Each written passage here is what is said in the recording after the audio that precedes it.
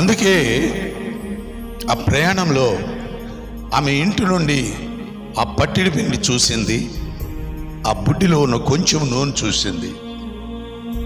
రేపు వచ్చే బాధ ఏంటి? ఈ రోజుతో ఆ భోజనం అయిపోతుంది. తల్లి కొడుకు తినాలి. ఈ రోజుతో ఆ భోజనం అయిపోతుంది. రేపు నుంచి ఇంకా వారి పస్తులు ఉండాల్సి వస్తుంది. మరి దేవుడు పస్తులు ఉండిచ్చేవాడు అంటారా? దేవుడు మనల్ని పస్తులు ఉండించేవాడా? ఉండేవాడండి. నన్ను దేవుడు పిలిచినప్పుడు, నన్ను పిలిచినప్పుడు నేను ఆయనతో అంటున్నాను, ప్రభుతో చెప్తున్నాను, ప్రభువా నేను అంటున్నాను ఆయనతో, ప్రభువా నువ్వు ఎక్కడికి వెళ్ళమన్నా అక్కడికి వెళ్తాను. నువ్వు గంజి తాగమన్నా నేను గంజి తాగి నీ పని చేస్తాను.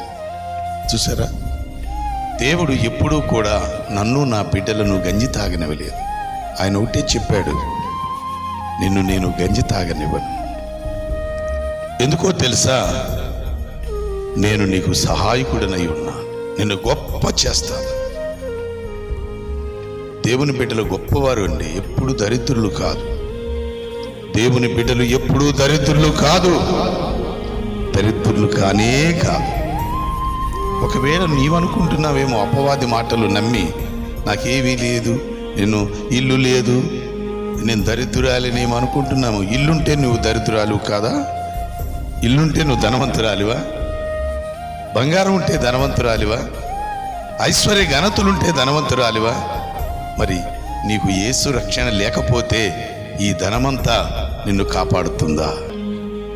అందుకంటే అన్నిటికంటే గొప్పది ఏమిటంటే యేసులో నీ ఉండటం గొప్పది.